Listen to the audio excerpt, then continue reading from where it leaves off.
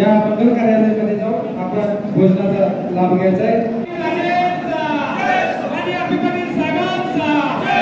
नाही, मागच्या वेळी आपण निर्णय घेतला, परंतु आता शेवटी ते इकडं राहिले असते बरं झालं असतं असा विषय अनेकांनी मध्ये बोलले।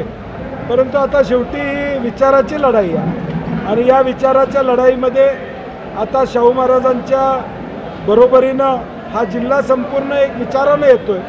मागचं काय झालं त्याच्यापेक्षा आता पुढची दिशा या जिल्ह्याची विकसनशील दिशा ही घेऊन जाण्याचा प्रयत्न आमचा असणार।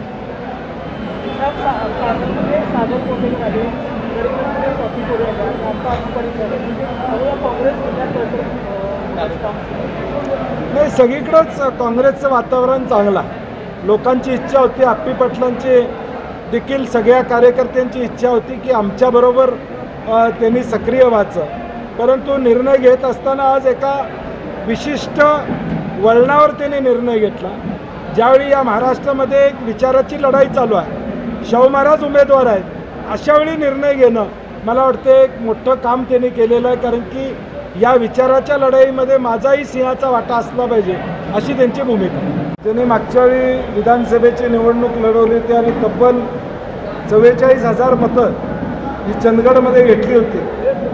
असे एक नेते आज पूर्णपणे श्रीमंत छत्रपती शाहू महाराजांच्या पाठिंबा देण्याची भूमिका त्यांनी त्या ठिकाणी स्वीकारलेली आहे। आम्ही त्यांचे स्वागत या ठिकाणी केलेलं आहे। निश्चितपणे चंदगड विधानसभा मतदारसंघामध्ये आम्हाला त्यांच्या माध्यमातून चांगलं बळ मिळेल। आधीचे गट आणि आत्ता नवीन आलेले आप्पी पाटील यांच्या माध्यमातून चंदगडमध्ये किमान 50-60 हजारचं मताधिक्य मिळेल असे आम्हाला खात्री।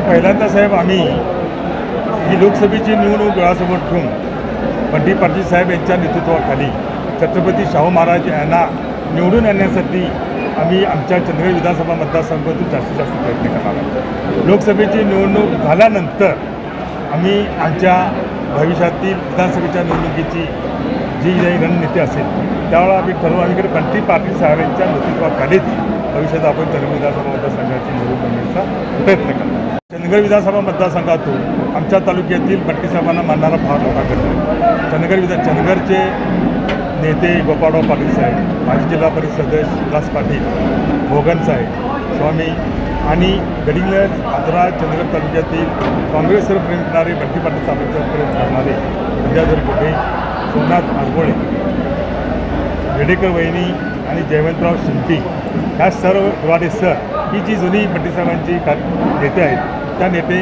खरंच आपल्या